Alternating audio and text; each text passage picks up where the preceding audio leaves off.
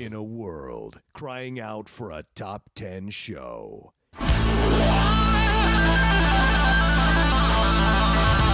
John Roca and Matt Nost are here to bring you the top 10.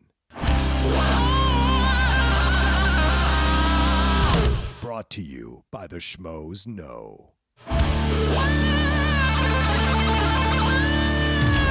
Take it away, boys.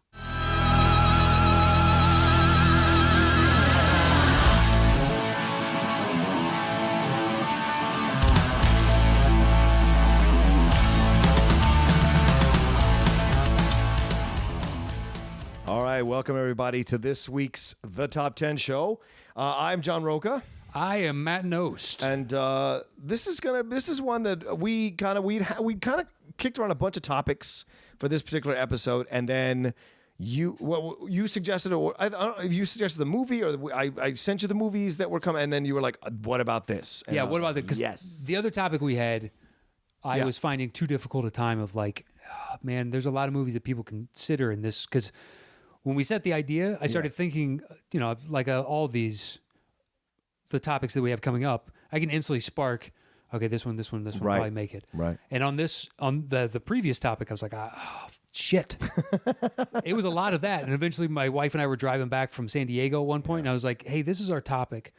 Can you think of anything? And all we kept doing was coming up with good examples. We were going to do a bad show finally. Yeah, we were. Let's go to shit on something. Yeah. The problem is, usually those are a lot of fun, but this one is just like, I haven't seen a lot of these movies because they were shit. Right. Enough people told me do not, and I don't want to waste all that time on something that's going to be overwrought and you didn't hit right what you were supposed to, and just like that. No, I had 2 movies after 2-3 weeks of thinking. 2. Holy shit! Did you have a list? No, I hadn't even started a list, because in my mind, because I don't just start a list till like a day or two before, because then it puts the pressure on me to get it, and I'm like researching and looking at stuff.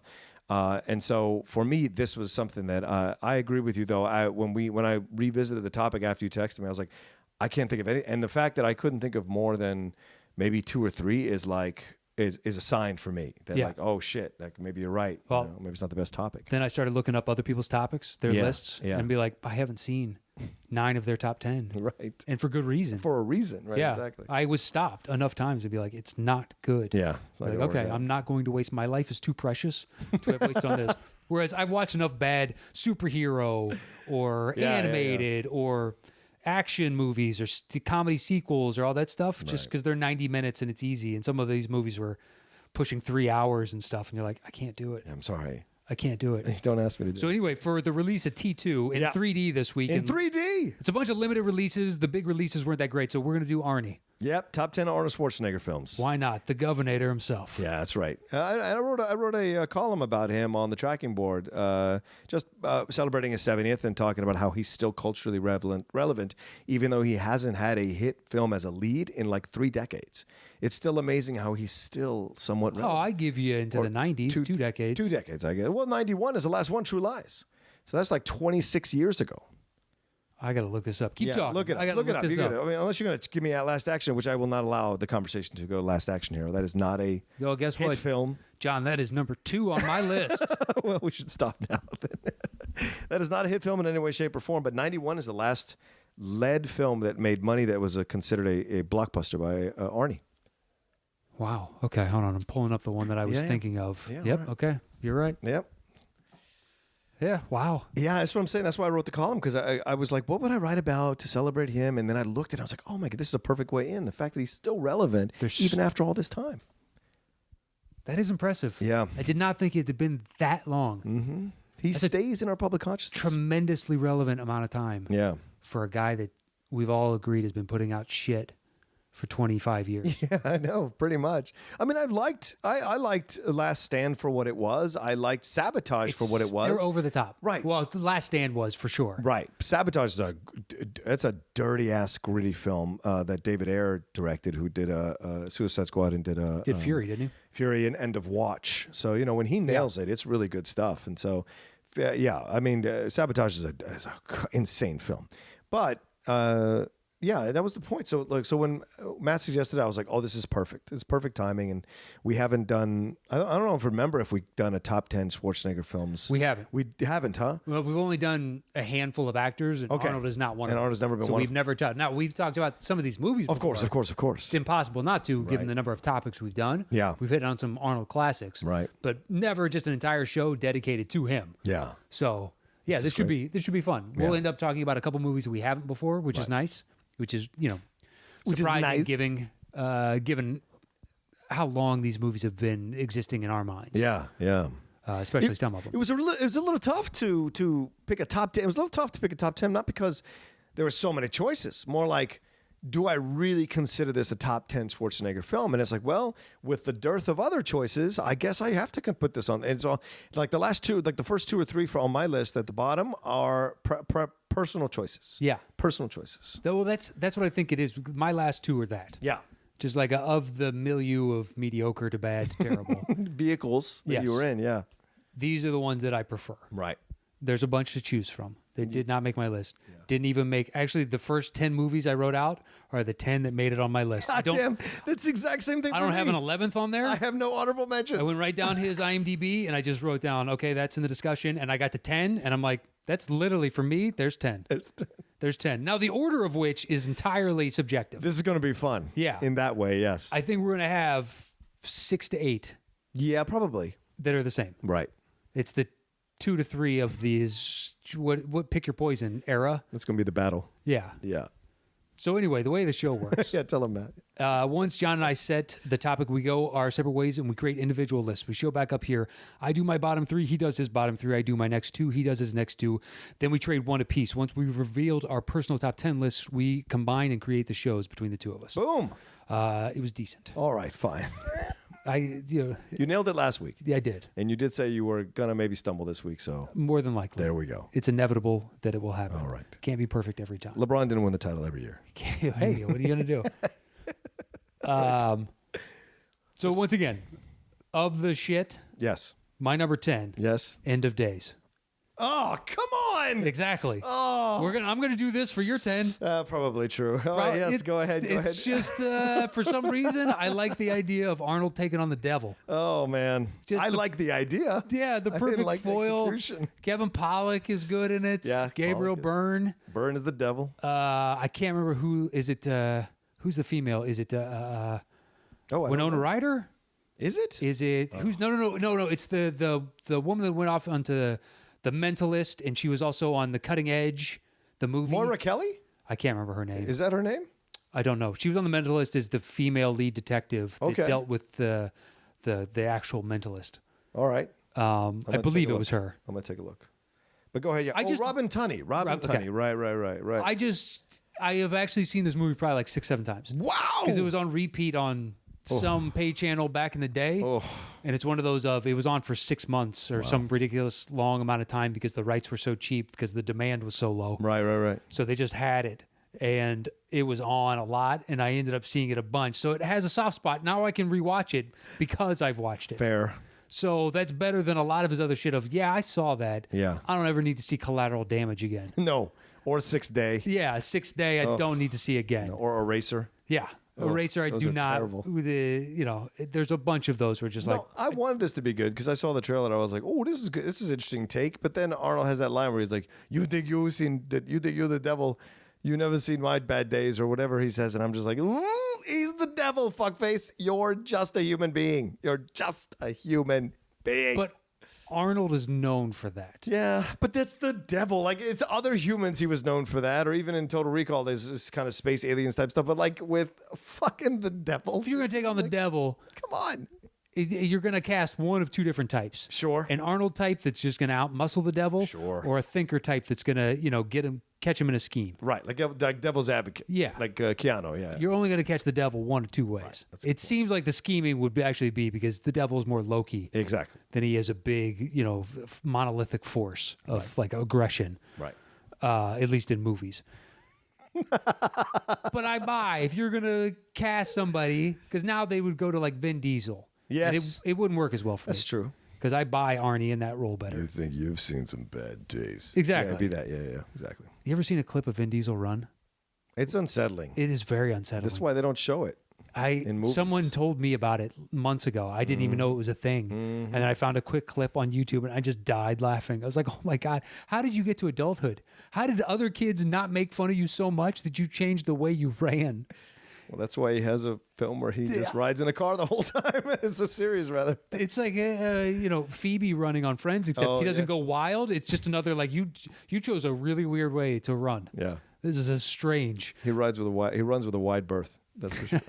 And like really stiff arms. Yeah. It's just like stiff shoulders. And I've never seen anybody run like that ever. That wasn't like 5. That hasn't figured out how to run yet. It's just like you got to use the motion of your body to efficiently help your overall motion dynamics. I love that. He's working against himself. Anyway, in Days, I buy Arnold, and he's going through like a tough patch, and he's alcoholic because of what befell him. Yeah, he is. Yeah, if anybody's going to take on the devil, he's got nothing to lose. I buy it as this character. All right. Once again, it's hard to justify the shit. No, I know, you're right. But of the shit, I don't mind it. Absolutely. You want to talk about shit? Let's get to number 9. All right. It is pulpy shit fun. Conan the Barbarian. We are punting. We are punting? By miles. Okay, But that's go fine. ahead. All right. That's fine. What's your number 8? My number 8 then, and I think this is going to be another punt. Yeah. And once again, this is just purely subjective. True Lies. It's at 8. What do you got? It's 7. All right, let's talk about it. We talk about it? Okay. Let's do it. Well, actually, no, we'll punt because it's higher and it's in a different section. We'll punt from there. So what do you got at 10? The Running Man. We're punting. What? We're punting. Oh, this is madness. This is Arnie. This is the beauty. Be an insane it's list. the subjectivity of all right. What are you willing to accept? My number 9 is probably not on your list. What do you got? This will be your end of days. My end of days, rather. Red Heat. It was in the conversation. Was it? I rewatched it for the show. Right?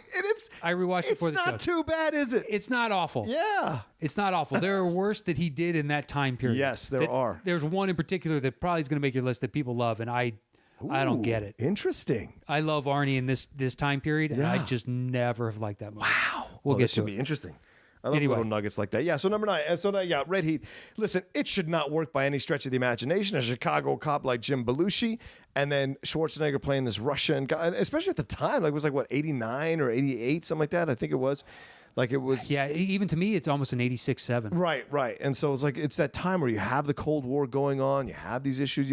Rocky's fighting the Russians in Rocky IV, but here's Schwarzenegger doing this kind of thing. And, he doesn't adjust his accent in any way, shape, or form, and he's still playing a Russian, just like Connery in Red October. He's like, he's Russian through Edinburgh. Scottish heritage. Yeah, exactly. So with Schwarzenegger, but I just love. I think Arnie is having a blast here, and Belushi plays so well off of him, and you can tell there's a moment in the movie where Belushi realizes like he's not the star of this shit anymore. It's Arnie, and it's so great when that happens. And don't you think, upon rewatching, I think it's Belushi's film.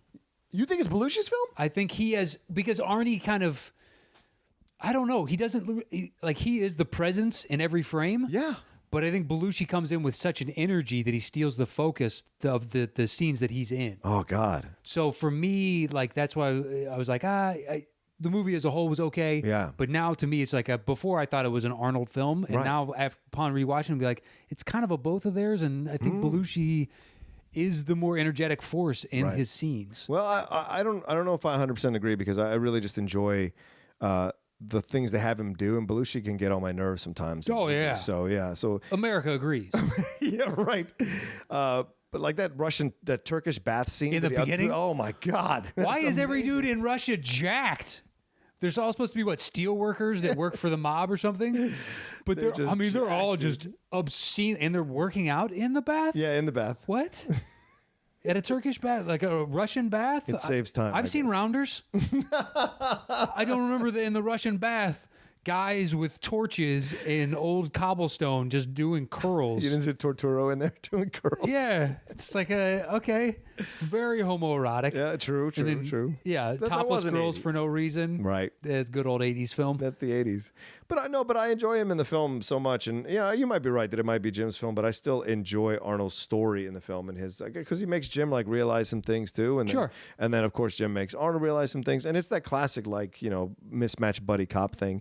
but it totally works. And even the end sequence is really well divided up between the two, which I was really surprised about. So The watch scene at the end's real good. yes. It's just to me, it's just an enjoyable film, and I love revisiting it whenever it comes on. I don't own it; I'm probably never going to own it, but like whenever it comes on TBS or TNT or whatever, one of those shows, one of those networks rather, I enjoy watching it. When was the last time it came up on one of those? Does it come up? I think maybe a year ago or something like that. Streaming now for years, so I don't even know. Oh yeah. So what's on like rotation? You're so smart, man. At TBS or TNT? Nah, just easy. It's laziness. When somebody taught it to me, it was like, why even deal with cable companies? Yeah, they're just assholes. All right, so my number 8. Okay, this is a look. Is Twins. Didn't make. Wow! Didn't make. That is surprising to I me. enjoyed it, but I haven't watched it in years. Wow. Whereas everything else on here, I have seen in the past 10 years, for sure. Oh, my God. Some of them I've seen numerous times in the past couple of years. Right. Jeez, and I felt guilty putting it this low. Nah. But it is such an enjoyable film, man. Him and Danny DeVito. It's what changed Schwarzenegger. Like to me, this is the film where Schwarzenegger stops being the action guy and becomes a cultural icon, like a pop culture icon. Like the fact that he can do something like this and be this funny and make fun of his size and yet use his size when it's convenient for him in the storyline. He's playing an intelligent character. Yeah. A well-read individual. He woos Kelly Preston. Like, it's believable. You know, Danny DeVito's doing the stuff with the Maybe other I need to actress, revisit Chloe it. Webb. Huh? I said maybe I need to revisit it. Yeah, it's so fun and it's sweet and it's tender and it's believable, and the stuff with the mom and the fact that, like, because Danny DeVito's like what a lot of people might feel sometimes is like the second brother or the second person in a family. Is like they're not as loved, right? He's the afterbirth, right? And so he feels like his whole life has been like carried out this way because he doesn't feel that he was loved in the same way that Arnold, who was raised in a loving environment and given everything he need and taught discipline and all those kinds of. So he's naturally just a nicer guy. But you realize that Danny needs a little bit of him and Arnie needs a little bit of Danny to function in the world and and to be successful. And Arnie teaches Danny how to how to be just a little bit nicer, exactly. To give of yourself, and guess what? You will get back from those around you. You need to build relationships and rely on people because everybody needs help sometimes. Right, and he like with the relationship with Chloe Webb that DeVito has, it's a great combo of those two. So so I enjoyed the film, and it's very well done, and it's just so sweet and fun, and like I said, it's just the change in Arnie, and I think it was a breath of fresh air because he's tried to step out of his comfort zone before. It hasn't always been successful, and he really killed it. So. All right, what's your number 7? My 7 is a punt from you earlier, The Running Man. Okay. What a good film. What a fun, stupid little film, man. It was on Amazon Prime like a couple months ago. And I watched it 2-3 times. 2 or 3 times? Yeah. Wow. Just love the film. I loved it as a kid. Yeah. It's so stupid. It really is. There's so many holes in it. Like, first off, the satellite antenna arrays that control this network, which is the main propaganda service of this totalitarian state. Yes. Is unguarded in this wasteland that they let convicts out into. It's like, what? And the rebels have free reign through this area to some degree as well. Yeah. They have to stay in hiding, but at the same time, they know exactly where this stuff is. And you don't put this in a secure location somewhere under heavy guard and it's just out. And you can open up the access panels and easily manipulate this and some weird hexagonal code thing where they have to it's so stupid. It's such a contrived idea of what technology and future encryption and stuff is going to be like. Yeah. It fails on so many levels, and I love it. Absolutely. For the absurdity. Of course. These gladiators. One's an opera singer that shoots electricity, and he's a big fat guy. Yeah, I love that guy. And Buzzsaw with the chainsaws and Sub-Zero. What a useless gladiatorial skill. Oh, really? You have skates. Yeah. So they have to stumble onto the rink. And that also means the person in the audience has to choose Sub-Zero before they get to the rink. Yeah. It's just like, what? Hoping they get to the link. They get to the link. Otherwise, the big fat guy is going to chase him around with his razor blade hockey goalie stick. Exactly. On skates. Doesn't make any fucking sense. Yeah, and then you get Jesse Ventura. Doing his thing, yeah. He's the color announcer they check in with every once in a game. But it's so brilliant in that way because it's based on a Stephen King book, Stephen King novella. Okay. And so, but it's what's so... I forgot about that. Yeah. It's people forget. It's Richard Dawson basically turning his Family Feud character into an evil character. Which I didn't know he was an actor before Family Feud. Oh, wow. So you didn't know Hogan's Heroes or anything? I just saw... I had seen old clips of Family Feud when I was a kid. Yeah. But when I was a kid, it was Ray Combs once I watched Family Feud. and then knew that movie and then saw clips of him, and I was like, wow, he did acting after, wow, TV, like game show host did acting? And then come to find out, no, he had a long career before that. He was an actor that turned to game show host to make, pay the bills. That's right. Sometimes the acting doesn't happen all the time. Yeah. So yeah. Hey, iconic. Yeah. Oh yeah, absolutely. And does a great job playing a villain, like a fantastic job. Just the perfect asshole. And I love how they turned Arnold's line, which he'd been using now in a couple of them with "I'll be back only in reruns." Yeah. And it just a great back and forth between them. And Maria Conchita Alonso, she does a nice job with this. She has her moments with that opera dude who tries to kill her with the electricity. Yeah, I never bought their intensity between her and Arnie. Oh no, of course not. No, that's ridiculous. That was one of those times where they cast someone who it didn't quite work. But it's fine. It's a fun film. Like it's enjoyably stupid fun film and. With a political message, somewhere in there, if you strip away all the stuff, you find the political message. It's trying to make a point. Yeah. I mean, through the most artless way it possibly can. It's really crude and just a lot of action. Is it Tommy? Oh, Mick Fleetwood is in charge of the rebels. Is it Mick Fleetwood or is it Tommy Chong? No. It's not Tommy Chong. It might be Mick Fleetwood. Yeah, I think it's Mick Fleetwood. It's so insane, the 80s. And Dweezil Zappa, or one of the Zappa is his lieutenant. Oh, yeah. It's one of the Zappas. I think it's Dweezil. Probably Dweezil. It's the one with hair. There's the bald one. Oh, yeah, Dweezil. No. Is that Dweezil or is that Ahmed? Ahmed is the one with bald, yeah. Then it's Dweezil. Oh, my God. Yeah, exactly. And seeing that, I was like, holy shit. When I was a kid, I didn't know that was Dweezil Zappa. It's out of nowhere. Dweezil Zappa's got a part. Right. He's fine. He does a good enough job. I'm surprised he didn't do any more acting after this. He was serviceable. But it has some edges. It has some harsh edges, like the people that get killed, like they get their heads blown off from the thing. So they got the collars on them as as a way to keep them in prison. Yeah, so there's little things that are through it, and then when you find out the lie, which of course there's the political point, like TV lies to you. TV doesn't tell you. Yeah, it's a propaganda arm of the government. Yep. Yeah. Yeah, and the Justice Department would funnel convicts into a show where they get killed. Right. That's a creepy.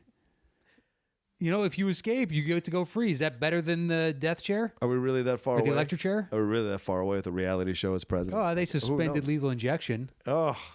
So, I suppose anything's possible now. Who knows? All right. We used to have gladiators, so it's just kind of an updated gladiators. Oh, good point. Yeah. Yeah. Well, we got dark. What's your number 6? My number 6. My number 6 is, let's see if it's on your list. Ooh. Kindergarten Cop. It is. We're punting. Okay. Yeah. It was flip-flopping with my number 5. Okay. My number 7, then, as we mentioned, is True Lies. So do you want to take this one? Sure. Well, it's higher on your list. Okay. Why don't we start? What a great James Cameron, right? Directed this film. Yeah. So well done. So much fun. Bill Paxton, the late great Bill Paxton, is such a great foil for him. Tom Arnold gets legitimized by this film now going 100%. Forward, right? Guy's done over 100 films. Yeah. This is the film where people are like, oh, wait, this fucker can actually act. This was immediately post breaking up with Roseanne. Yeah. Which, to the guy's credit, everybody was like, this guy's a laughingstock. Right. He has no talent. He just married somebody who was crazy famous and just rode her coattails. And they got divorced. He didn't take a single penny. Yeah. He didn't, they split their property, went their separate ways. He could have easily been like, I want alimony. Yeah. I want $10 million a month or whatever the case is. And by California law, probably would have gotten it. Right. And just said, no, you take yours, I'll take mine. It's fine. And this came right after that. And everybody was like, that dude is a laughingstock. Right. He is a pariah on this town. And then that movie comes out and be like, Tom Arnold is awesome. Yeah. And, him and Arnie are still in a motorcycle club to this day. Yeah. And think about that. I know all that about Tom Arnold because Tom Arnold has existed in our lives until now. Yeah. He still pops up on things. He popped up on the election stuff when he supposedly had some tape of Trump talking on Hollywood. Oh, yeah. They didn't release it? They didn't release it, yeah.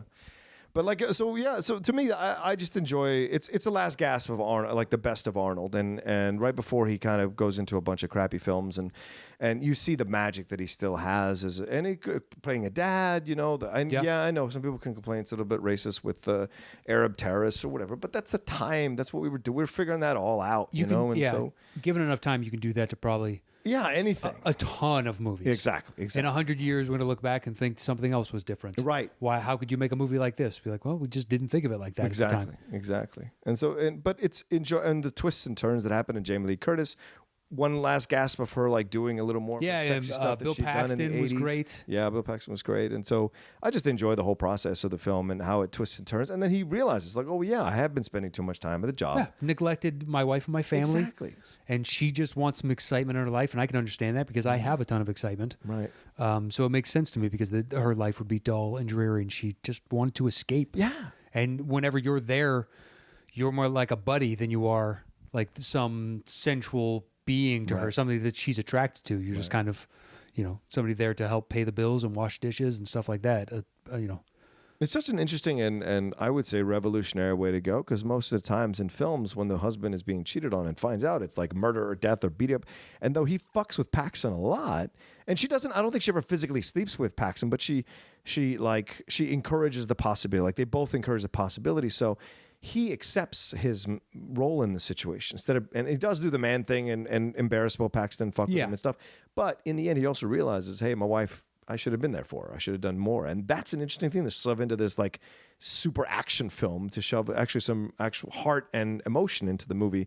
And this is one of the things I wrote about when I wrote about the thing with the homage to him, is I said, Arnold was the rare action hero that was consistently putting vulnerability and heart in all his movies. And not everybody did that. Stallone had that, but not at the same level, No. And even when he tried, it didn't quite work. Adrian was the one, but by that point, it's a marriage at that point. This was his ability to play these characters with heart and vulnerability amidst all this action is what separated him from all the other action heroes. Sure. Yeah. Yeah, I was surprised when I was making this list it didn't end up higher. But the others are just kind of classics and iconic. Gotcha. Arnie to me, so just like, yeah. Okay. So then my number 6. Yeah, what's your 6? The Terminator. We're going to do a small punt. Okay, fine. Small punt. Your number 5? My 5 is Total Recall. Yeah, it's my 5. Is it? Yeah. Kaboom. That and Kindergarten Cop were flip-flopping for me. Yeah. They're kind of interchangeable. Total Recall really shouldn't work. By all intents and purposes, it has no business working as a film. It really, like, if you look at it as opposed to the sum of its parts and individually, like, take out scenes and be like, this is such a weird choice. Yeah. And like the 3-boobed stripper. Yeah. Out of nowhere. Why? Because she's on Mars? Like all these little tiny little things. Quado. Yeah, Quado. It's like a weird B-movie, low budget kind of choice, and yet it works. Yep. And like all these little random things as it builds up, but ultimately, like, it's a question of what is reality and what isn't. Right. And it's something I didn't give it credit for when I was a kid because I wasn't smart enough. I just enjoyed it for the action and the story, and he saves Mars. And once you get older and is this all fantasy that was implanted because the machine went wrong? Right. Or is it actually just good memory that he's having and this is the story he's been told? Or did this actually happen and it triggered some false memory and he's actually it's a great psychological question. Yeah. And you don't know. I've seen arguments for, numerous sides as to which it is. Yeah. And then with the bead of sweat comes down on that one guy, and that's supposed to be the telltale of this is actually reality, and just all these stupid little things of it's a great what if. Mm-hmm. Yeah, and it doesn't avoid the campiness at all. It embraces it. Yeah, embraces it, which I think is what puts the movie over the top. Is it, like you said in another one of our episodes, like it knows what it is. The movie knows what it is. It has that situation with Sharon Stone and Rachel Ticotin and all that going on there. Isn't Terry Hatcher in this, or am I off on this? Maybe not. It's Terry Hatcher. I know Sharon Stone plays his wife. Sharon Stone is his wife. Yeah. So I can't imagine what Terry Hatcher would be in it unless she was in the bar somewhere, but I don't think she is. No, I'm wrong. I'm wrong. But Rachel Ticotin is the one that like is supposed to be his actual love interest and is guiding him through the world and bringing him back. And you're right. You have all these incredible characters. And then you have these scenes where like his face is coming off in certain ways, and my name is not Quad. The end when he's running out of oxygen, the villain. Oh, and everything. Just the lack of pressure within the atmosphere, and all the gases in his body expand. It's just and it's such a cool scene too when he depresses the Martian thing to melt the ice. Yes, great visual as those heat up and then go down into the core ice, and it releases steam, which thereby releases oxygen into the atmosphere. Right. It saves all the people. And you got what's his name from Breaking Bad is one of the mutants. Bryan Cranston? No. One of the bald brother-in-law that's the DEA agent. Yeah, he's the guy with the disfigurement over his face. That's right. Yeah, but they're all like gasping for air because they've cut off more and more of the air supply to, it's also a discussion of class. Yeah. As well, the rich and the poor, the haves and the have-nots, Right. and who's entitled to, what resources are available. Yeah. It's surprisingly deep movie. Yeah, and some great lines. I mean, some great Arnie lines. Like Great special effects, like when he's got the head that comes off, and he has to pull that off. The woman, because they ask a question that she doesn't have an answer for when he's got the makeup on. Yeah. What is it? It's about fruits and vegetables, or how long are you going to be here? Just 2 weeks, 2 weeks, and just finally starts to melt down. He puts his finger in the ear, and just great special effects before CGI and all that stuff. I love he's like, you got a little nerve showing your face around here. Look who's talking. He always throws those lines in. What's what Arnie was known for is like the witty comeback that's not witty at all. That's right. That somehow became his calling card. It's such a weird thing. Dad jokes.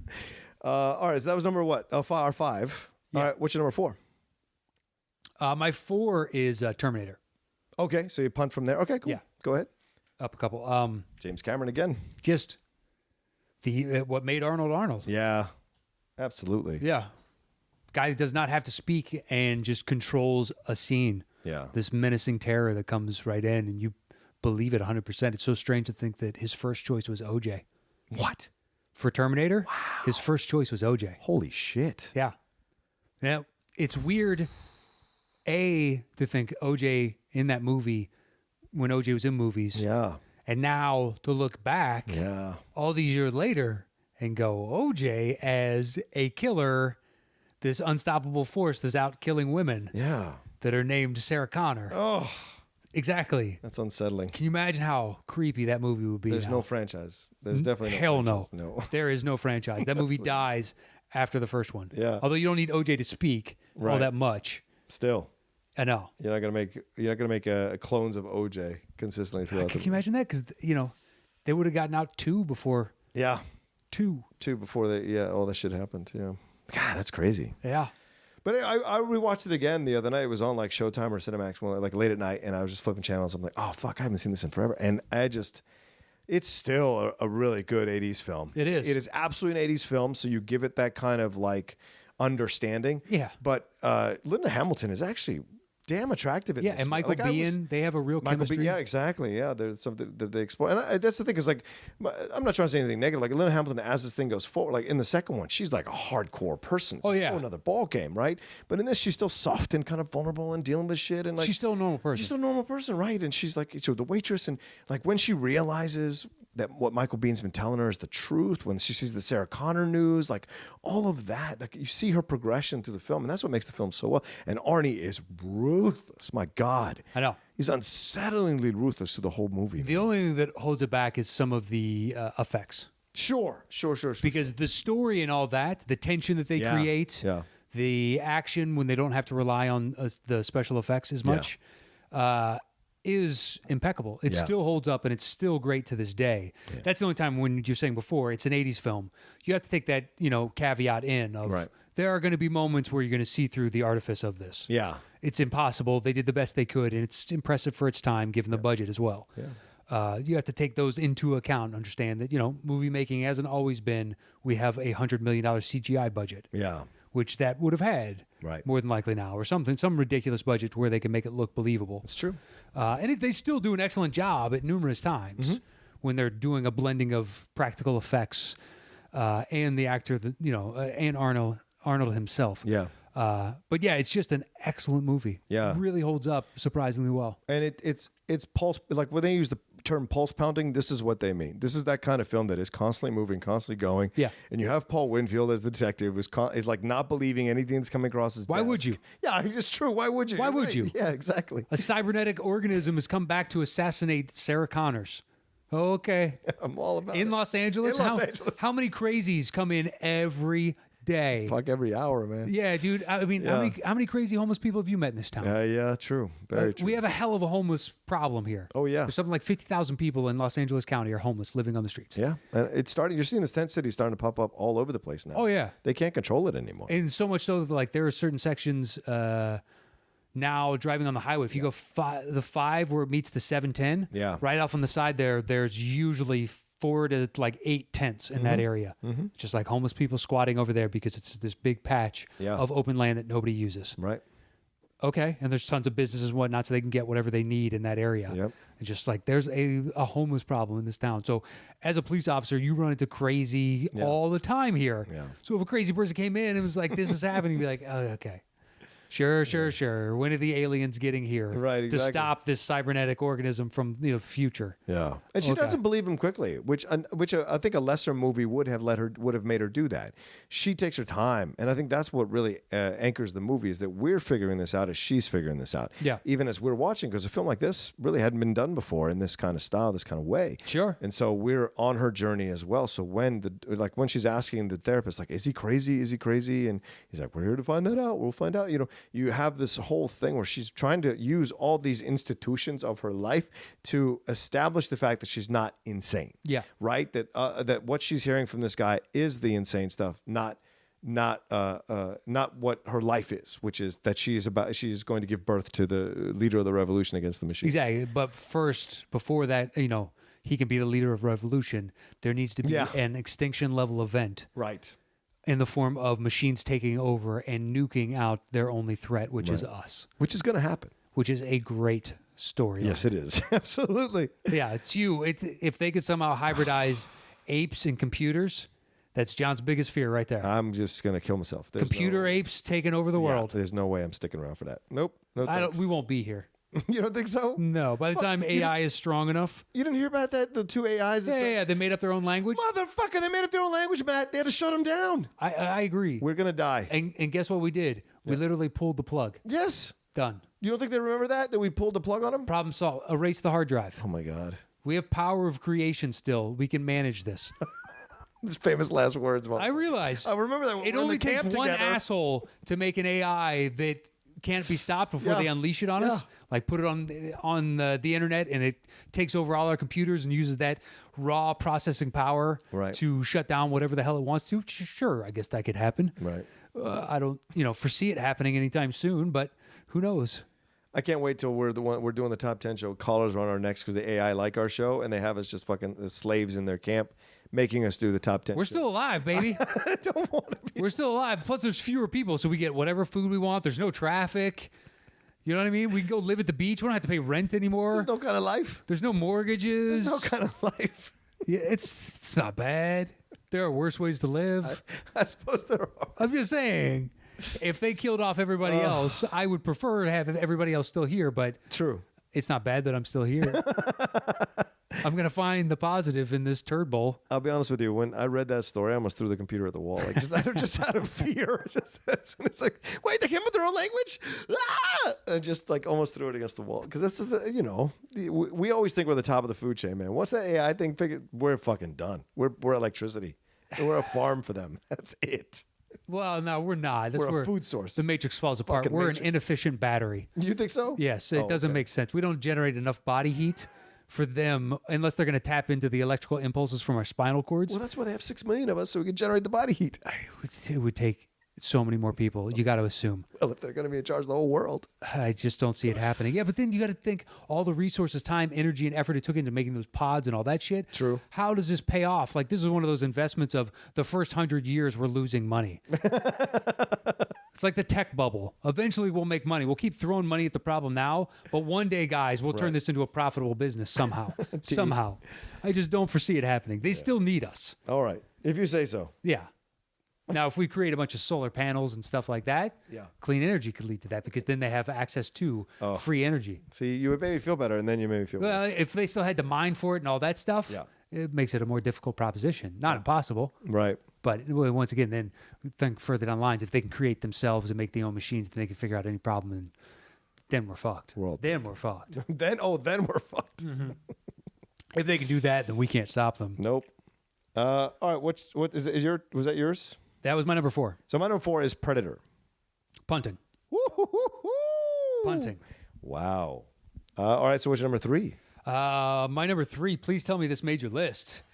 Pumping Iron. It did not make my list. You shut the hell up. No, because it's a documentary. It's about Arnold. About Arnold. I thought it was a documentary, so it doesn't count. It's totally about him. This is the reason we have It is, yes, technically. It's a good movie. I love it. Oh, it's an awesome movie. It is. It really holds up. It's the beginning of Arnold and his psychology that he's going to use to It's take so over the weird world. because if I were alive at the time when this came out and happened to see it, Yeah. you'd be like, dude, this bodybuilder's got an ego like nobody's business. Like, oh, great, man, you got muscles. Yeah. Like, dude, his ego is through the roof. It is. It's through the roof. Yeah. And the problem is, I came to this movie like a lot of people well after he was Arnold. Mm-hmm. So you're like, oh, I totally get it. Look, he already knows he's a star. Yeah. And so he's just acting accordingly. Like when he's talking shit to Lou Ferrigno, and Lou Ferrigno's dad is joining in on the talking shit. That is crazy. That's psychology, man. His dad has been the only driving force that Lou Ferrigno, like, that got him through into the bodybuilding, and Yeah. he just wants to please his dad. His dad is like, you have to be better than everybody else. You are better than everybody else. You're a champion. And then Arnold comes waltzing in, and he's like, but you're not a champion compared to this guy. This guy is the champion. That's how strong his force of will and personality is. Yeah. That it is a tremendous cult of personality.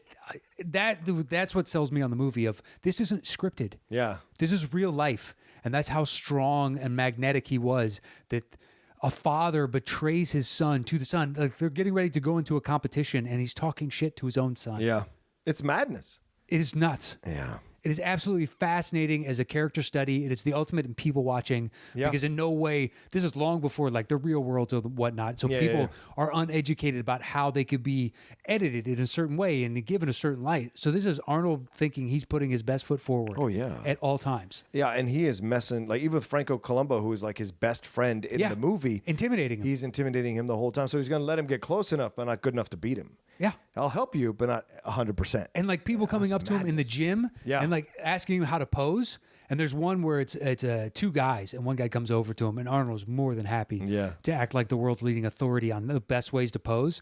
And he, instead of doing the thing which you do, if there's already two there, you form a triangle and you include everyone in the conversation. And he flat out just cuts the other guy off and puts his back to his face and starts showing him out the muscle and tells the guy, okay, pose for me, and like moves his arm an inch down one way and like pitches his waist a certain way.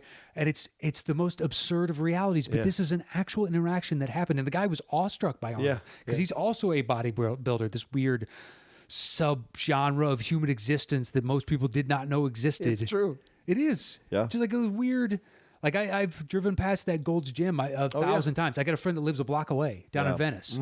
Like I know exactly where it is. And when Gabe was in town, it was on last week's show, I took him to Muscle Beach. Oh, nice. Like down and let's go see the craziest in Venice. You've never experienced anything like this. Yeah. And halfway through, he's like, dude, there's more diversity on this beach than on all of Tennessee, which is where it's from. It's like, I don't know if that's true, but it's probably close. It's probably close. I'm sure it's true. It's a cross section of Looney Tunes, unlike anywhere else in the U.S. It's true. Very true. Maybe Times Square or something. Yeah. But and not after the cleanup, though. Yeah, Before exactly. the cleanup, They couldn't clean up Venice if they wanted to. No, and no way. trust me, it's a sanitized version of what it used to be, and it's still nuts. Yeah. That's a riot. Yeah. You try to clean up Venice. But those of you that haven't seen Pumping Iron, in no way is that even spoiling it because it's absolutely fascinating to watch.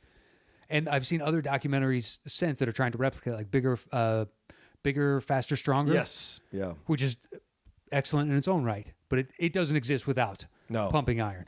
Yeah, you're right. It's a great choice, man. I mean, I had to leave it off because in my mind, like I said, I thought it was a documentary. I was caught up in the idea of a scripted film. So, but I will not begrudge you putting it on your list or even ending up on our main list at the end because it is a fantastic window into how this guy is going to take over the world in the future.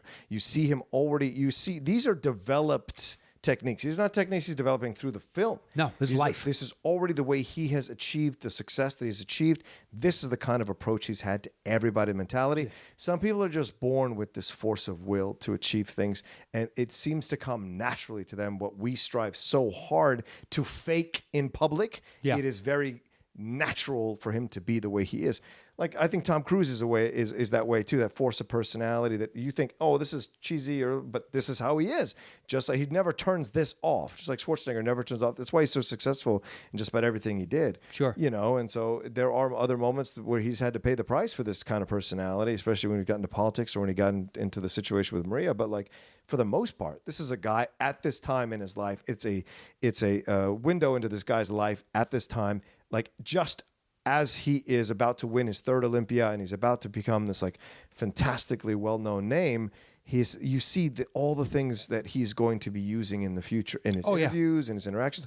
Like with Stallone, he kept Stallone at a distance all through the 80s and 90s because they were competitors, and in his mind, he was the closest thing to Arnold, and so he pushed and they each motivated each other. They did to move through. Especially we talked about before in Twins when he walks past Stallone's poster. And he flexes, then he's like, "Oh, I'm not nearly as big as him." Yeah, and it was Arnold finally like acknowledging enough of the pissing contest kind of thing. Exactly. Let's just, we're friends. We've become friends over the years. There was a tremendous competition, but we're both incredibly successful. Yeah, we do what we do. And so be it. And they have a great friendship now. Like they started with Planet Hollywood putting that together, and then now you see like in the Expendables movies, even in Escape Plan, that movie, they're doing a sequel to that. But Schwarzenegger like posted Instagram videos of Stallone giving him a birthday wish at his birthday, and them doing some kind of like luau dance together or something. Oh, I didn't see that. Yeah, you got to. They're just great friends now, and it's great to see them. But if you remember watching their movies, it's great to see them being friends now in the future. So. Yeah, just find me another actor where you could have this documentary and it succeeds so well. No, it's really difficult. Like there are other actors I'd love to see, like Tom Hanks or Tom Cruise or a million other people, but I don't think it would be as compelling as this is. The physical aspect of it all, the athletic aspect of it, also what makes it. That's what I think we were saying before. Like he's so driven to succeed. I think he's so driven to dominate every space that he's in. Yes, and given his physical size, it just enables him even more. Yeah. It's a shortcut to it.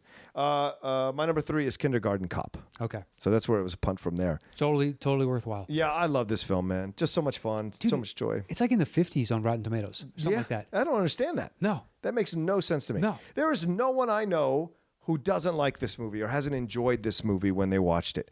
Like, it's such a good, fun film, and the interaction with him and Penelope Ann Miller is sweet and believable. The interaction with the kids. That's everything. The kids. As Initially, he's overwhelmed because he thinks I can deal with some kids. I don't want to, but my partner got sick. She got the flu. She's supposed to have this job as we're trying to find this fugitive. Right. And he is now thrust into it. And the principal is like, well, good luck. And he's like, whatever. Yeah. They're kids. And just overwhelmed, going crazy in the room. And it just drives him to madness. Yeah. And as he builds a rapport with them, like slowly but surely, but it still leaks out that it's not a tumor. Right. He's just had enough with this one kid. It's great. All the kid actors are excellent. Yeah, they're excellent. They're just delivering these really awkward lines. Yeah. Oh, who's the one girl talking about like being the princess or whatever? Yeah. She's great. And like, there's so many great little moments with the little kids. But then as he becomes their protector and they recognize his authority, like he introduces that ferret. Yeah. They fall in love with the ferret. Right. And just all these little charming things that you didn't know Arnold had this gear. Mm-hmm. Just you assumed he was this one thing. Yeah, Twins and Kindergarten Cop are the 1-2 punch that I think, separates him away from everyone else that was doing action movies at the time. He just has this gear that not a lot of them have, this really sweet gear within him. Regardless of how you see him in Pumping Iron, he's a very driven guy who will totally fuck over his friends to succeed. There's also this very sweet nature to him that you see play out in Twins, you see play out in Kindergarten Cop. Oh, yeah. Where he's willing to be made fun of, he's willing to be overwhelmed, he's willing to feel like he's not in control of the situation or shown to not be, and it's believe, and you don't lose any respect for him. Like you understand it. It humanizes him. It humanizes, exactly. And he understood that very early in his career, and I think that's what was so essential about him as an actor and why he's still so relevant to a lot of us. We gravitated to that piece of him more so than all the action. All that was always going to be there, but it's that extra level of thing that he has, and you see it in Kindergarten Cop all through it. Became governor. Yeah. I mean, fuck. Governor of, if we were our own country, we're something like, it's either the 6th or the 8th largest GDP in the world. Yeah. And he became governor of that through force of will and charisma. Yep. And, it's evidenced within this movie where it doesn't need to be this cartoon action hero that can stand up to gunfire and explosions and always save, the girl and the day and everything else. He can just be a normal person because he is. He's got kids of his own at that point with Maria Shriver. Yeah, right. So they got a couple young kids. So It's also, too, it seems like he'd be kind of a fun dad. I'm sure he'd be a pain in the ass, just like, any dad is. The dad wants you to succeed, and this guy's life is all about excellence and success. So I'm sure there were tough moments growing up with him. Yeah, sure. But at the same time, like, I believe he still has a good relationship with his kids to this day. So he's a person just like the rest of us. You can identify it. You can see it in Kindergarten Cop. Yeah, Well, he's interacting. He knows you can't talk down to a kid. You just need to treat him like, a junior adult. Right. Just treat them with respect. They'll treat you with respect. Sometimes they will go outside of that. They'll color outside of the lines because they're kids. Right. They still want to do those things. They don't know how to control their emotions or how to process this information. So they're going to, react sometimes in abstract ways. But it's still, you can see that within him. There is this shared respect. And as that builds, but also the plot of he's still chasing the one dad. He's trying to find the dad that is this guy at large who, from a former life, would he kill his partner? Yes. Yeah. Yeah.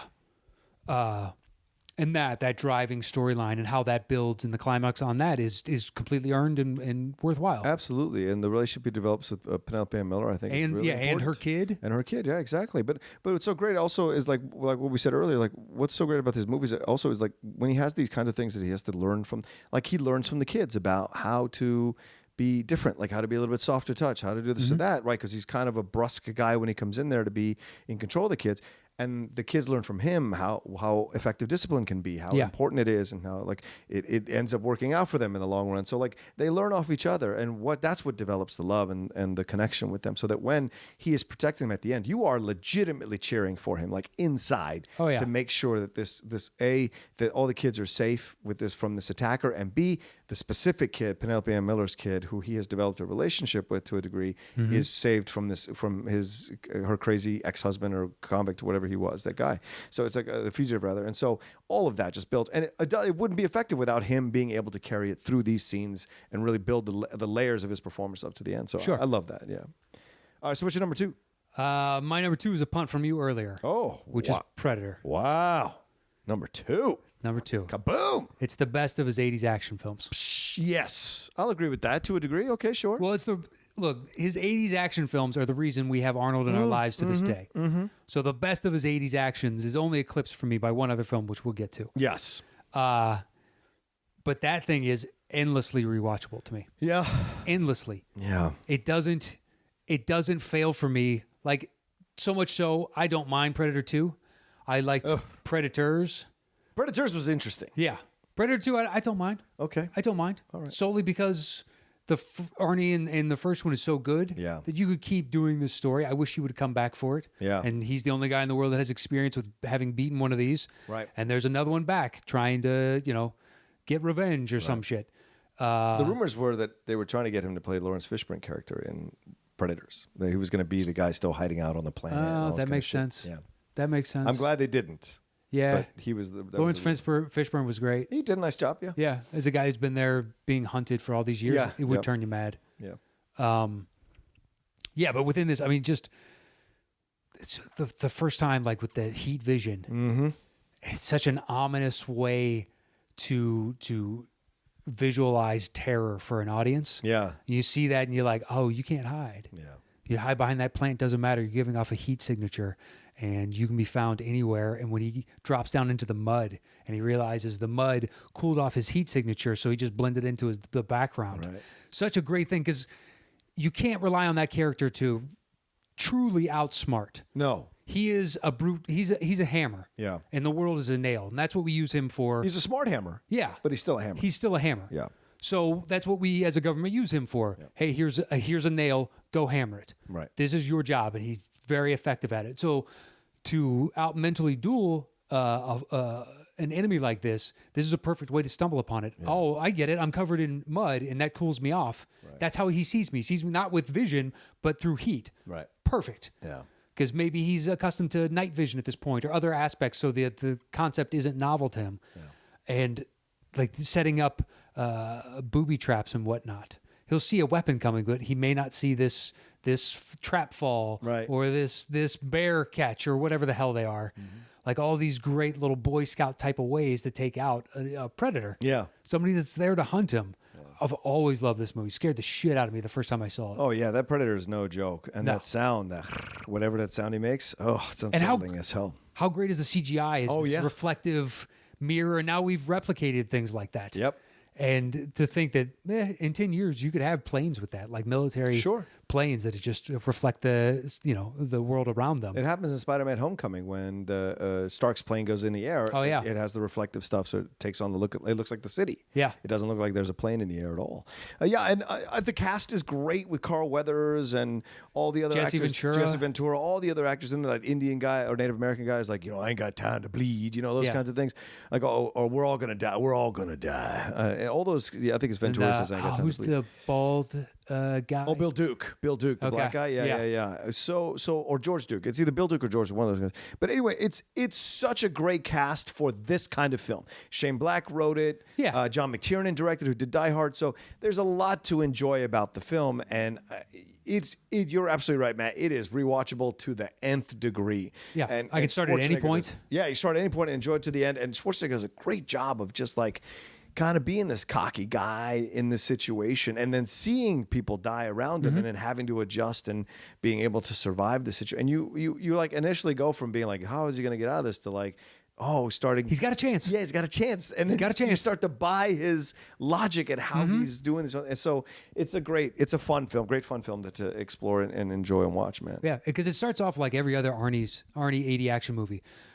They go into some village. Yeah. He throws a knife at this guy, hip fires at another dude 100 yards away and kills him between the eyes, like all the stupid stuff. And you're like, oh, it's another one of these. Yeah. And then it pivots into a much different story. And that's what I like about it. It almost turns what he did on its head in that era. Yeah, absolutely.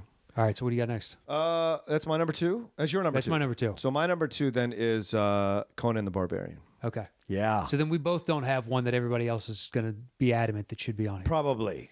Unless. It's the one I brought from earlier. Okay. Well, that I brought up before we started doing the list. Okay.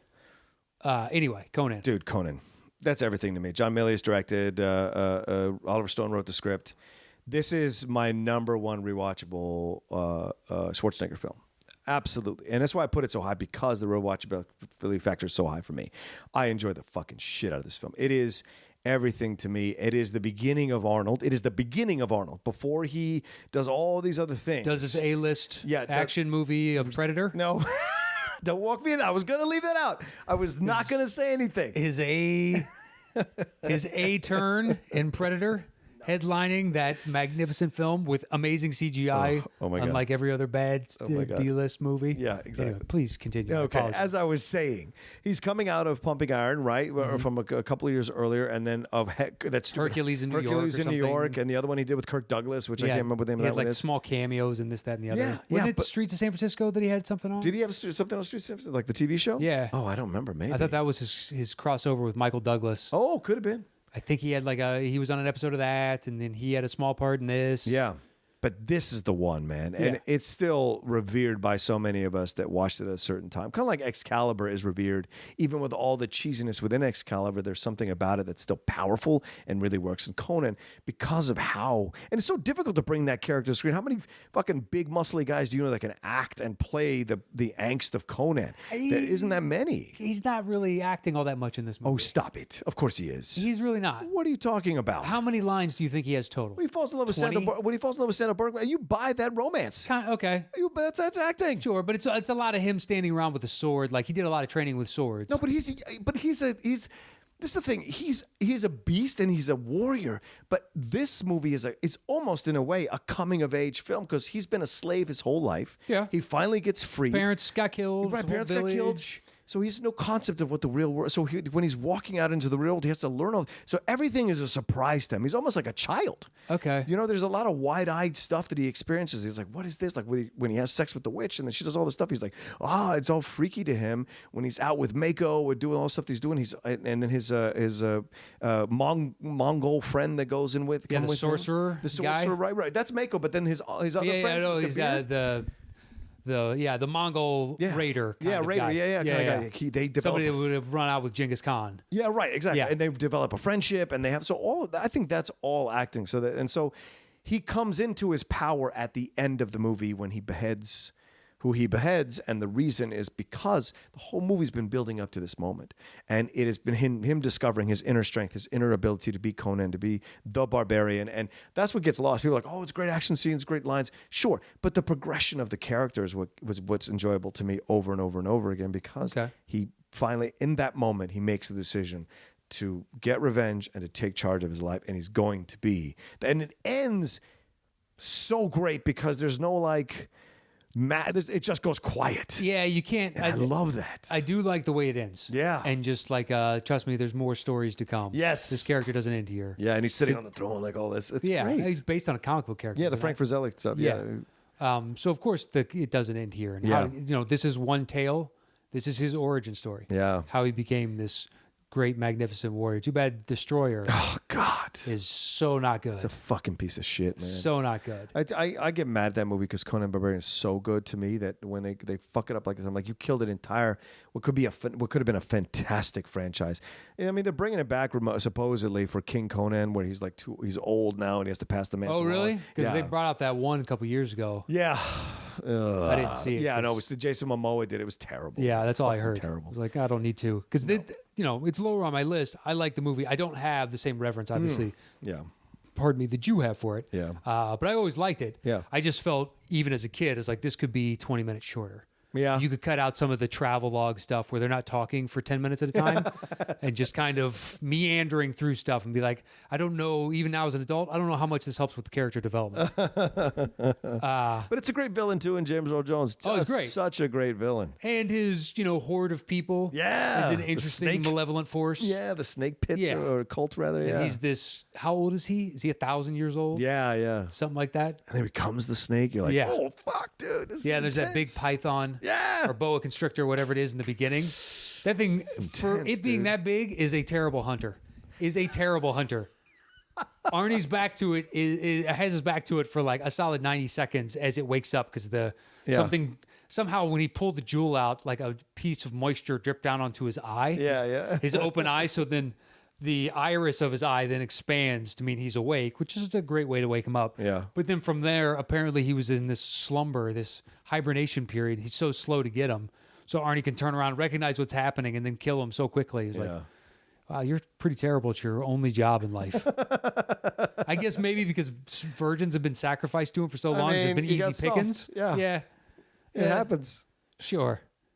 All right. So our number ones, I hope, are the same. It clearly is the same. I mean, it's Terminator 2. All right, Terminator 2. Great. Thank God. Okay. Same so my omission then is Commando. Yeah, oh, fuck that movie. Never cared for it. Yeah, no, it's not my thing either. Never or cared Raw for Deal. Like, I know people like the lines in the movie. It's fun. That's where it goes too far off the rails for me. It's not my jam at all. Never has been either. Nope. Didn't like it when I was a kid. I loved all his movies. Yep. Don't like it as an adult. I like you, Sally. I'll kill you last. All that. Let off some steam. Okay. It's bad. Even as a kid, I was like, okay. Yeah. And I wasn't smart enough to understand this is bad. Yeah. I was just dumb and impressionable, and every new movie I saw was my favorite movie. It was that age range. And even I was like, well, did you see that last one he put out? That one was amazing. That was probably my favorite movie of all time. Whereas Terminator 2 is just impeccable. Yeah, man. One of the best action movies, in my opinion. Absolutely, dude. Absolutely. And it's such a brilliant sequel. We were just talking about how terrible Conan the Destroyer is. This is completely different. This is a fantastic sequel from James Cameron, who knows what to do with Arnold, how to progress the Linda Hamilton, the Sarah Connor character. And then, of course, Edward Furlong now in retrospect can be a bit annoying at times, but I still love him. I know you, and there's so much about the film that is so good and well done, and it takes the first film and it completely expands the universe in a way that's believable, understandable, turns it on its head, it makes it even more. It's like Aliens. It makes it even more fun to watch and interesting to explore. And then you have this relationship with Edward Furlong that really works to humanize him. Exactly. Yeah. You think the dynamic is one way, and then it pivots. So that Furlong has the upper hand. Once he realizes, oh, you have to do anything I say. Right. And as he's trying to teach him to be more human, we're not just, meat bags. Yeah. Like, you need to interact with us and understand that, we're irrational and we have feelings and emotions and whatnot. Trying to teach this, artificial intelligence. There's more to life than just calculating ones and zeros. Right. But like, Robert Patrick. Oh God. It shouldn't. On paper, you're like, who is going to be able to stand toe to toe with Schwarzenegger as the Terminator? Yeah. And does too. I mean, the way the guy runs is menacing. Yeah. I don't even know how you do that. Yeah. And now you see it, and you're like, yeah, that's a hell of a choice. Especially in those uniforms or outfits that he wears through the whole film. With the belt and like flashlight and billy club or whatever it is and on the his shoes. waist. Fuck, the shoes. Like that in those shoes, man. But yeah, everything about like the liquid, all that liquid stuff, and like when his hands become like those steel, the spike things, the spikes things, and he's climbing the car. His finger does, and he spikes the mom, and then like the stepdad through the back of the head, and it goes through the milk carton, and you just see the milk dribbling out, and then it pulls back, and you can see he does that, and he can mimic the voice. Yes. So Furlong figures out like, what's going on? Hey, how's Scout doing? Oh, Scout's great. Scout's fine. There's just so many choices, and like the idea of making the T-2000 all liquid and just kind of can shape shift and become anything, just not the mechanical of a gun or something like that. Right. Can't turn itself. Great limitation. Yes. It's a great limitation. Can do all these other things, but can't. Otherwise, now it just turns it. He's a transformer at that point. Right. It's good to give it limitations because it creates some sort of believability. Absolutely. And so you can buy that a thinner, younger guy could hold his own against a large guy like Schwarzenegger. Could easily defeat. Yeah, exactly. When you could shoot him and it just explodes a hole and he can congeal himself back into whatever form he wants. You're like, well, how do you kill it? Yeah. That's what I was thinking the first time I saw it. I was like, how are they going to kill this thing? Even when he shoots the explosive round and it splits him open in half right before the end. Yeah, he's doing that weird double-headed. It's so creepy. It's like a horror film. It's like The Thing. It's like something out of The Thing. Precisely. Yeah. And on some level, you're like, oh, maybe that's how you kill it. But after you're like, well, it should be able to eventually, once it gets over the shock of having been exploded like that, figure out how to stitch itself back together again. And so good. Yeah, the liquid nitrogen. Yeah. Oh man, that's when you think you got him. It comes together. Yeah. Whatever that is, gallium on the floor, that liquid metal. They are mercury or something. Yeah. And they just have that effect.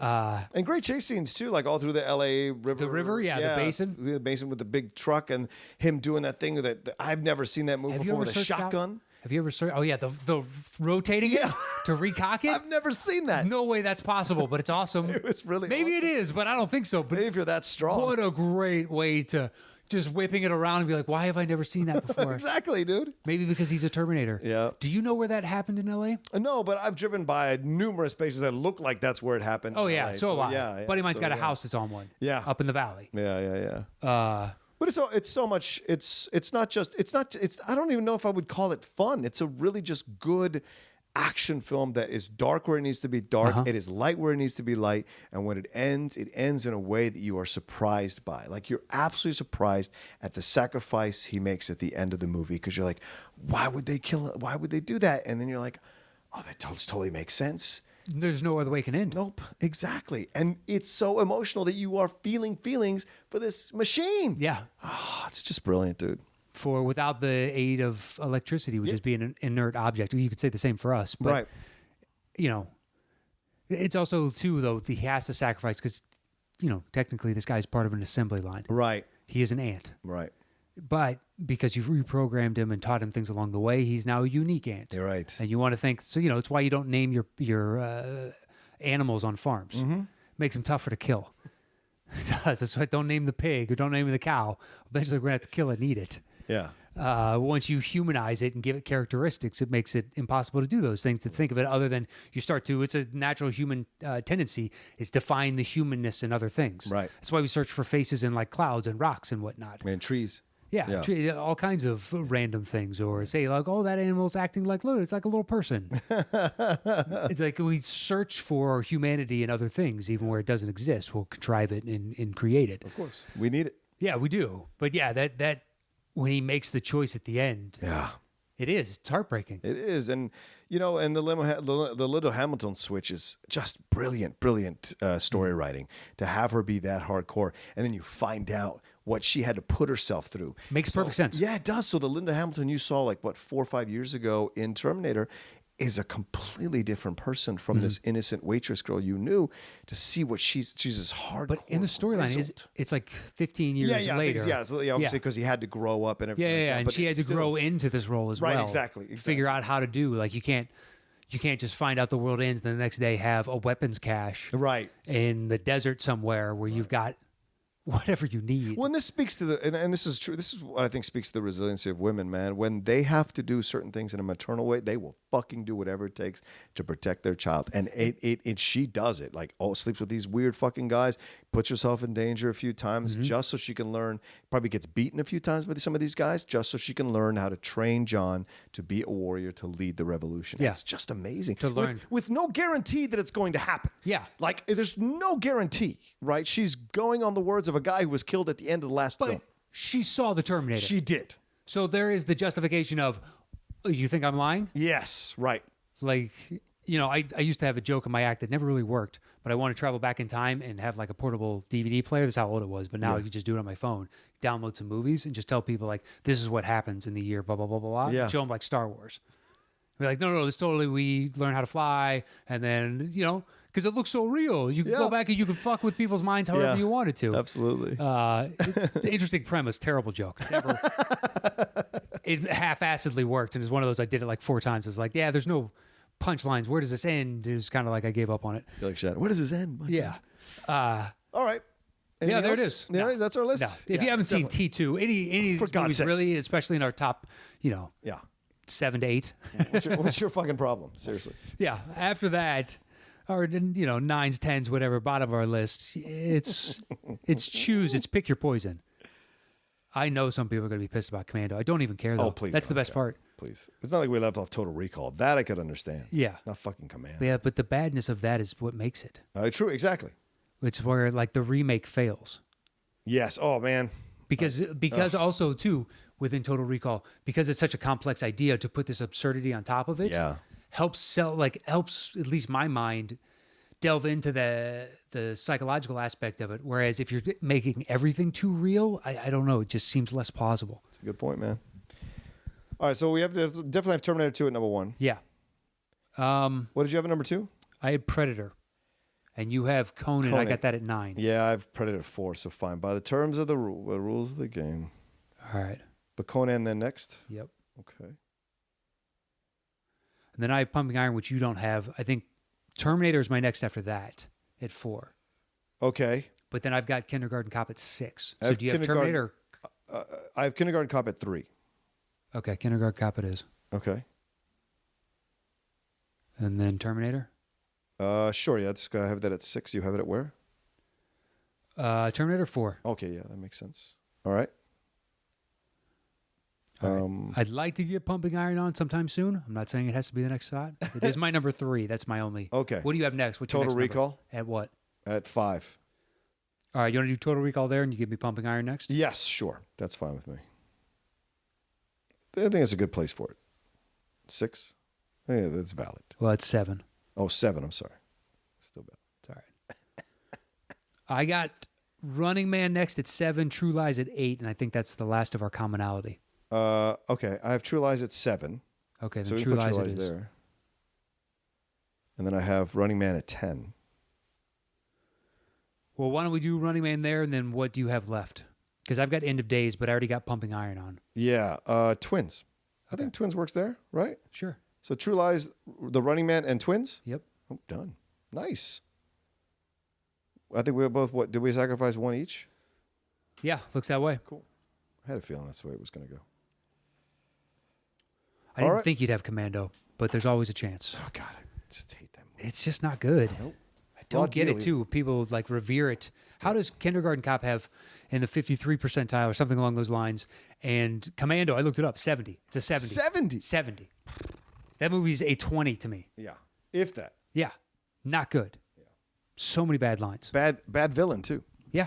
One I don't believe in any way, shape, or form is ever going to win. Nope. Ever going to win. Not even for a How second. is this a foil? All right. Give me that sweet, sweet falsetto, my friend. The top 10 Schwarzenegger movies. At number 10, Twins. Wait, do I have to do it in the accent? No, I don't want to do the accent. Whatever you want. At number 9. The Running Man. I don't know if I can do it. Coming in at 8. True Lies. I'm going to try it. At number 7. Bumping Iron. I'm going to try it. At number 6 is... Total Recall. No, these are terrible. I can't do it. All right, good.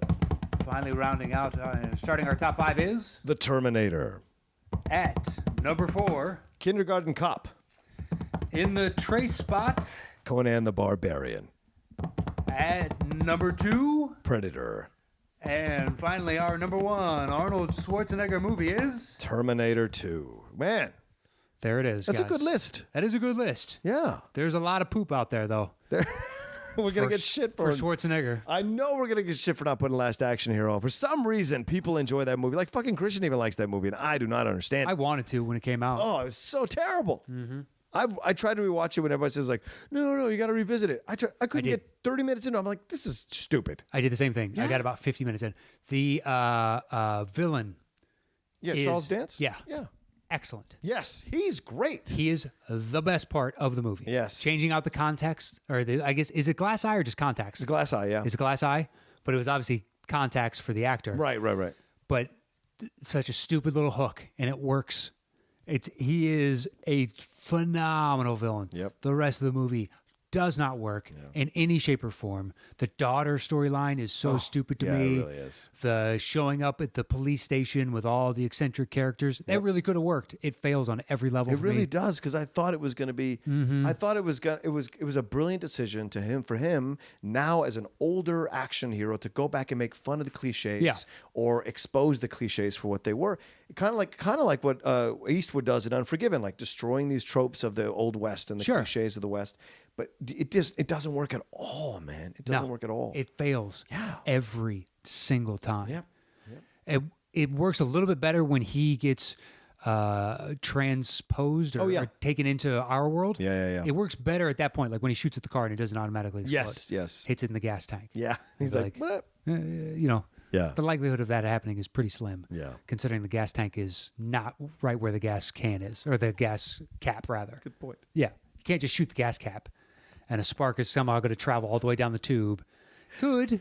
Sure. Mythbusters. Yeah, I'm sure that's somewhat 1 in a million maybe shot. Something hits there's a right amount of volume of the fumes, and they're combustible enough, and you sparks at the perfect time, and it's the right temperature, and who the fuck knows? Yeah, you never know. But aspects of that works better. But when they were in his world, it just it was ridiculous. No. Yeah. All right, well, that's our Schwarzenegger films. That's our top 10. Thanks so much, everybody, for listening. Matt, what do we want to say anything? Do you want to tell them? Are we farther ahead in this process? Well, we aren't, because they now know, because of the last episode, we're doing 2 in a day. Don't ruin the magic. You're the one that ruined the magic at the start of the first episode. Don't pull the curtain. So we haven't really, we progressed a little bit more. Okay. We talked about it some more. Yeah. I don't think we're ready to announce. Okay, fine. All right, fine. Okay, Bullwinkle. Just get ready. That's all I'm gonna say. Just get ready. Something in the works. Yeah. We're trying to do something. Yeah. Where we can all be mutually beneficial to one another. This symbiotic relationship. Symbiotic. Hopefully. That's right. That's our hope. Not a simian relationship. I don't want a simian relationship. We don't want a simian revolution. That's goddamn right. The simian uprising is not going to happen, John. AI is much more likely. Those apes look way too real in the War of the Planet Apes. I was going insane watching that movie. I was going insane. But we also need a Spanish flu-like contagion that takes out that much of the world's population. That's a good point. And makes apes and monkeys smart. Yeah. It's a hell of a combination. It's a hell of a combination. The odds are pretty high. Because I don't know what mutation from a virus would cause that kind of cerebral growth within a primate. Good point. Does that exist? I don't know. I don't know if it exists. I don't know. Maybe. Well, I mean, there are other variations of, I think that there's either a bug or a bacteria or something that if it invades certain insects' brains, it turns them into zombies. In essence, and things like that. Like, they're not exactly zombies, but it's something close where they're basically just dead. Now they're this host for whatever it was before. Like that stuff is. But simian uprising, where something can somehow it's IQ and they grow extra folds in the brain and stuff like that. I'd be more worried about dolphins or whales. What? getting smarter. They're pretty intelligent. Don't start screwing me. They're again. pretty intelligent. Oh my God! If a whale starts walking on the earth, I'm gonna get the fuck out of here. It's a mammal. It breathes air. I suppose you're right. Shit. In a couple million years, who knows? Maybe they come over and they whoop elephants' asses and they just take over as king of the world.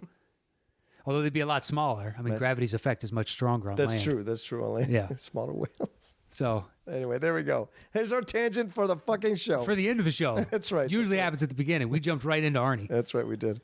Thanks everybody for listening and watching and tweeting and all the comments that you guys have left us. Like, we really appreciate everything. And like we were saying last show, please always leave a comment, leave a like, do some stars on iTunes, subscribe to the SK Plus podcast channel, the Wanger Show, Don't Be a Beardo, Schmoes, After Schmodown Rundown, the Outlaw Nation. There's so many great, our show, there's so many great shows on there. So please subscribe to that channel. And for those that asked, downloads help us the most. Yes, the iTunes downloads help us the most. 95% of you download it. So iTunes and anything, all the Android ones with like a Podcast Addict, and actually can't find it on Stitcher. We're not on Stitcher yet? No. We gotta figure I that out. figured Schmoes would have been on Stitcher. Yeah, we gotta I don't know why they're not. Yeah, I'll talk to him about it. Because somebody else brought it up. Because I asked for a friend of mine. He was like, hey, I can't find it. What app are people using, if you're listeners that are Android users? So I tweeted out, hey, what are you guys using? Yeah. And they rifled back like 6-7 different programs that I'll use, but I think Podcast Addict was the number one. Okay, But anyway, downloads help us the most, especially in the first week. Yeah. So it helps us long term, no matter how many downloads it gets, because these are, re-listenable topics. And you can revisit them whenever you so choose. But that's that and commenting, liking, and all that jazz is what's going to help this show maintain, grow, and stay on the air. Absolutely. So those things are the primary. So if you can just continue to do that, tell a friend, hey, if you like movies, download it here. Or if you're already downloading and you don't have any more friends that you can tell, then throw us a like or a comment or something. Right. Just whatever you can help do, just one thing, pick one thing, then that's all we ask of you. Yeah, absolutely. So, do all that and follow Matt at Matt Nost, MATTKNOST, on right? Twitter and Instagram, both. Yeah, follow me at The Rocha Says, ROCHA, Outlaw Nation every Thursday morning. I'm writing on the tracking board, tracking-board.com. And then what else? Cinephiles every Friday. The Cine-Files on Twitter. Oh my God, on iTunes, Stitcher, and YouTube. I'm sorry, I'm tired. We've been doing this for a long time. And what happened to the curtain? What happened to the curtain? I'm sorry. Pay no attention. I poked my head around the curtain. You went, hey, you shoved that curtain right back in my face, and now you're like, well, I'm poking my eye out. I apologize. How's the crowd out there? They looking good? The room looking hot? Is there good energy? What do we got? What do we got? But yeah, thanks everybody for all the stuff you've done for us, and please, like we said, retweet this thing, but tell a friend, tell a family, tell everybody you know to subscribe and listen. Your to the enthusiasm only helps. Yep, absolutely. And we'll see you with a new episode next week. Yep. Thanks for listening.